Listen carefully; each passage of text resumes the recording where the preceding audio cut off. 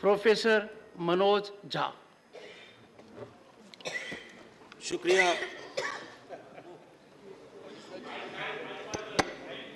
शुक्रिया सभापति महोदय, बहुत बहुत धन्यवाद।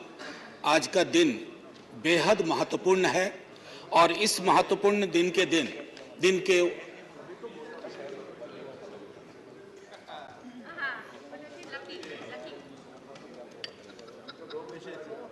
नहीं शुक्रिया मैडम मेरी शुभकामनाएं स्वीकार करें। मैं यहां से बोल रहा हूं, इधर मैं यहां से बोल रहा हूं। शुक्रिया, बहुत अच्छा अवसर है कि आप यहां आई हैं। कितनी खुशी हो रही है बता नहीं सकता। आज सुबह माननीय सभापति महोदय ने कहा था कि ह्यूमर वगैरह हमारी जिंदगी से चला गया, तो मुझे स्मरण है ये किताब, मैं एक ही किताब लेके आया हूं, ऐसी 5 किताबें हैं कॉन्स्टिट्यूएंट असेंबली डिबेट्स की। तो इसमें सर ऐसी 5 किताबें हैं कॉन्स्टिट्यूएंट असेंबली डिबेट्स। सो माननीय उपसभापति जी, एक मिनट प्लीज। माननीय उपसभापति जी, 75 कैसे बनाया जा रहा है मेरी समझ में नहीं आ रहा है, क्योंकि अगर हम कॉन्स्टिट्यूएंट असेंबली से 75 जोड़े तो 2021 में पूरा होता है, अगर आजादी से जोड़े तो 2022 में पूरा होता है, और अगर पहली लोकसभा से जोड़े तो वो 2027 में पूरा होता है। तो ये 75 की गणना कहां हुई, किस ज्योतिषी ने की मुझे नहीं पता। मेरे हिसाब से 75 नहीं है, लेकिन 75 वाली फील में अपनी बात रखूंगा। हां, तो माननीय उपसभापति जी, हुआ यूं कि सरोजिनी नायडू जी को बुलाया गया बोलने के लिए संभवतः 11 दिसंबर 1946 को। कम लोगों को यहां पता होगा कि सरोजिनी नायडू जी बिहार से चुनकर संविधान सभा में आए थे। तो उनको चेयरमैन साहब ने कहा कि अब बुलबुले हिंद, नाइटिंगेल ऑफ इंडिया आएंगी, लेकिन कविता में अपनी बात कहेंगी, प्रोज में नहीं कहेंगी। उन्हें थोड़ा बुरा लगा, मजाक में ही सही। उन्होंने कहा कि आपका अब ये व्यवहार, आपका ये कहना अनकॉन्स्टिट्यूशनल है। तो उन्होंने कहा नहीं, फिर भी सुनाना होगा। तो उन्होंने एक चीज सुनाई जो मैं पेशे नजर कर रहा हूं माननीय सभापति जी को।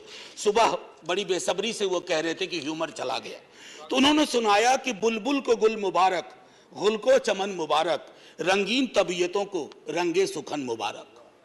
तो ये मैं ये बता रहा हूं कि ये हमारा ध्येय था। अब सुबह चर्चा की, हमारे लीडर ऑफ द हाउस ने बड़ी खूबसूरत चर्चा की और जिक्र किया सर्वपल्ली राधाकृष्णन का। यहां ठीक सामने सर्वपल्ली राधाकृष्णन। उन्होंने एक बात कही थी और मैं वो श्लोक पढ़ना चाहता हूं। मृदुना दारुणं हंति मृदुना हंत्य दारुणम, मृदुना दारुण हंति मृदुना हंत्य दारुणम, ना साध्यं मृदुना किंचित तस्मात् तीव्रतरं मृदु। इसका आशय यह है माननीय उपसभापति जी कि अग्रेशन से, अग्रेसिव बिहेवियर से आप चीजें हासिल नहीं कर सकते। इस देश में मेरे विद्वान साथियों ने उधर से उपलब्धियां गिनाई, हमारे कुछ विद्वान साथियों ने यहां से कमियां गिनाई। मैं दोनों के बीच में चुनौतियां गिनाना चाहता हूं। चुनौतियों की वजह से आज हम यहां हैं, और सिर्फ हम ही नहीं हैं, 140 करोड़ लोगों का यह भवन है, चाहे नया वाला हो या पुराना वाला हो। तो आज के दिन ये मेरी ओर से एक विदाई भाषण भी है, अपने दल की ओर से, इस इमारत को, जिस इमारत में हिंदुस्तान की तकदीर लिखी गई संविधान सभा के माध्यम से, और वो तकदीर लिखने वाले संकीर्ण दायरों में नहीं सोचते थे। मैं उस पर आऊंगा थोड़ा 2 मिनट के बाद। माननीय सभापति जी, बहुत चर्चा होती है, 47 में बंटवारा हुआ था इस देश का। बंटवारे के बावजूद उतनी घृणा, उतनी नफरत, पीड़ा के बावजूद नहीं थी। अभी हाल में एक रोमिला जी की किताब आई, वो कहती हैं बड़ी खूबसूरती से, have we moved from integrated nationalism to segregated nationalism? क्या हम एकीकृत राष्ट्रवाद से एक विभाजित, विखंडित राष्ट्रवाद की ओर बढ़ रहे हैं? क्योंकि यह इमारत, इसकी बुनियाद मेलजोल पे है, इसकी बुनियाद में बंटवारे के बावजूद बंटवारा नहीं हुआ।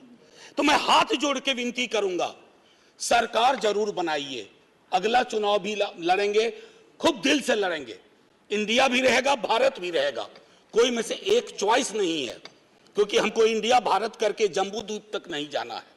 मैं सिर्फ इतना कहूंगा कि वो जो मेलजोल की सीमेंट है उसका खात्मा हो रहा है, उसको बचाइए।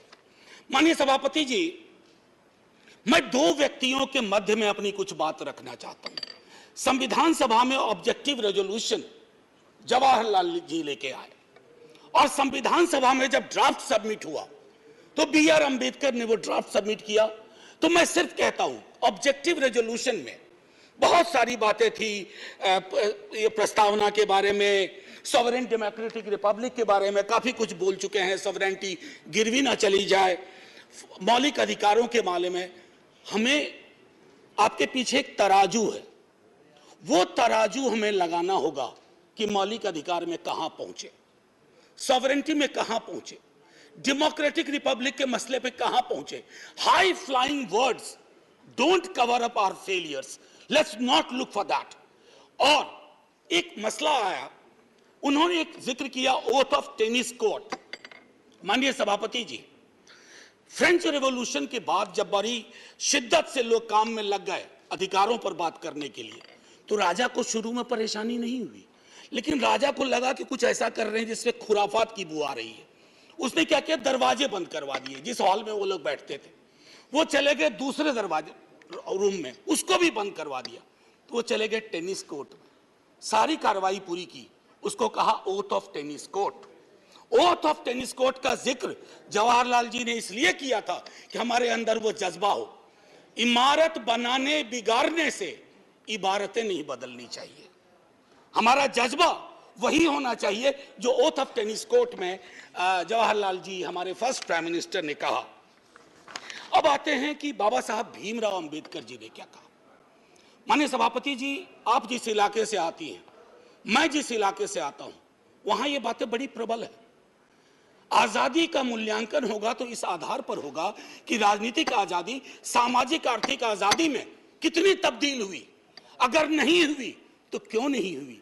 उन्होंने कहा था कि एक दिन एक ज्वालामुखी बन जाएगा, और मैं उस ज्वालामुखी को बनते देख रहा हूं। वो इसलिए बनते देख रहा हूं कि जब मैं देखता हूं कि बिहार के जातिगत सर्वेक्षण पे देश के सॉलिसिटर जनरल कोर्ट में खड़े हो जाते हैं, तो मैं देखता हूं ब्लॉक करने की कोशिश हो रही है। यह एस्पिरेशनल वर्ग है, पिछड़ों की बड़ी आबादी, उसके एस्पिरेशन को आप सोशल डेमोक्रेसी के नजरिए से देखिए। जो बाबा साहब कह गए थे 31 में आखिरी हुई, उसके बाद पाकिस्तान बांग्लादेश बना। क्या इस देश को, यहां की सरकारों को, राज्यों की सरकार को वैज्ञानिक आंकड़े नहीं चाहिए? क्या आप आंकड़े आसमान से गिराएंगे? मैं समझता हूं आज के दिन यह भी हमें सुनिश्चित करना होगा कि हम इन आंकड़ों को लाएं, उसके आधार पर अपनी नीतियां तय करें। एक माननीय सभापति जी, अंबेडकर साहब दो और चीज कह के गए, प्रिवेंटिंग टिरनी ऑफ मेजॉरिटी। मैं बार बार इस सदन में कह चुका हूं कि मेजॉरिटी बेहद आवश्यक चीज है, मेजॉरिटी के बिना सरकार नहीं चलती है, लेकिन मेजॉरिटी और मेजॉरिटेरियनिज्म में फर्क है। यह फर्क अगर हमारी सरकार भूल जाती है तो बहुत बड़ी पीड़ा होती है। जब मेरे मित्र ने कहा, मैं अक्सर देखता हूं हम जैसे लोग छोटी आलोचना भी करते हैं, छोटी मोटी आलोचना जो कभी व्यक्तिगत नहीं होती है। आप कहते हो कि पाकिस्तान चले जाओ, अरे कभी देखा भी हो कितनी जगह है वहां का भूगोल क्या है, इतने लोग नहीं अट पाएंगे। मान लीजिए कि 65% लोगों ने आपको पिछली बार वोट नहीं किया, सबको पाकिस्तान भेज दोगे? ऐसी कोई व्यवस्था होती है? यहीं मेलजुल से रहना है, यहीं मिलकर रहना है। और ये सारी चीजें मैं नहीं कह रहा हूं, खुद अंबेडकर साहब कह के गए थे। मैडम, आपकी तरफ से मैं एक और चीज, एक दो छोटी चीज कह करके, इस देश की एक बड़ी आबादी, सभापति महोदया, मैं आपका सभापति महोदया अभी बिल मत 2 मिनट लूंगा, ज्यादा नहीं, आज पहली बार हैं, इतनी नजरिए इनाद कर दीजिए। मैं सिर्फ इतना कहना चाहूंगा कि बेरोजगारी को लेकर के हमारा दृष्टिकोण साफ होना चाहिए। सरकार में आप हो, हम हो, बेरोजगारी हम सबकी पॉलिटिक्स खत्म कर देगा। राइट टू एम्प्लॉयमेंट के लिए हम क्या सोच रहे हैं, और इस देश की एक बड़ी आबादी से देशभक्ति का जो प्रमाण पत्र हम मांगते हैं ना, मैडम वो कहीं चलेगा नहीं। मैं आखिरी चीज कह करके एक सुनाना चाहता था। मैं इसलिए कहता हूं, वो एक घर में 5 सदस्य हैं, उसमें हर 5वां सदस्य उस आबादी का है। अगर उस घर में उस 5वें सदस्य को आप एलिनेट करेंगे, दूर करेंगे, घर कभी महफूज नहीं रह सकता। और आखिरी में मैं साहिर को जाता हूं और वहीं खत्म कर दूंगा, आपको घंटी बजाने की जरूरत नहीं पड़ती। आओ कि आज गौर करें इस सवाल पर, देखे थे हमने वो हंसी ख्वाब क्या हुए। दौलत बढ़ी तो मुल्क में अफलास क्यों बढ़ा, खुशहाली आवाम के असबाब क्या हुए। जो अपने साथ साथ चले कुएदार तक, वो दोस्त, वो रफीक, वो अहबाब क्या हुए। क्या मोल लग रहा है शहीदों के खून का, क्या मोल लग रहा है शहीदों के खून का, मरते थे जिन पे हम, वो सजाए याब क्या हुए। बेकस बरहनगी को कफन तक नहीं नसीब, वो बादा आए अतलसों के मुखाब क्या हुए। जमहूरियत नवाज बशर दोस्त अमन ख्वाह, खुद को जो खुद दिए थे वो अलकाब क्या हुए। मजहब का रोग आज भी क्यों लाइलाज है, मजहब का रोग आज भी क्यों लाइलाज है, वो नुस्खा हाय नादिर व नायाब क्या हुए। हर कूचा शोला जा रहे, हर शहर कत्लगाह, यकजहतिया हयात के आदाब क्या हुए। सहराए तीरगी में भटकती है जिंदगी, उभरे थे जो उफक पे वो माताब क्या हुए। मुजरिम हूं अगर मैं तो गुनहगार तुम भी हो, मुजरिम हूं अगर मैं तो गुनहगार तुम भी हो, ए रहबराने कौम खताकार तुम भी हो। Jai Hind ma'am, and salute to all the freedom fighters, संविधान सभा के उन तमाम लोगों को। और मैं चाहूंगा कि सेंगोल के बगर में एक बड़ी आकृति में इनकी तस्वीरें वहां लगाई जाएं और हमें प्रेरणा देते रहें। जय हिंद। धन्यवाद। श्री वीरेंद्र प्रसाद वैश्य। सत्य हिंदी का ऐप डाउनलोड करें गूगल प्ले स्टोर पर।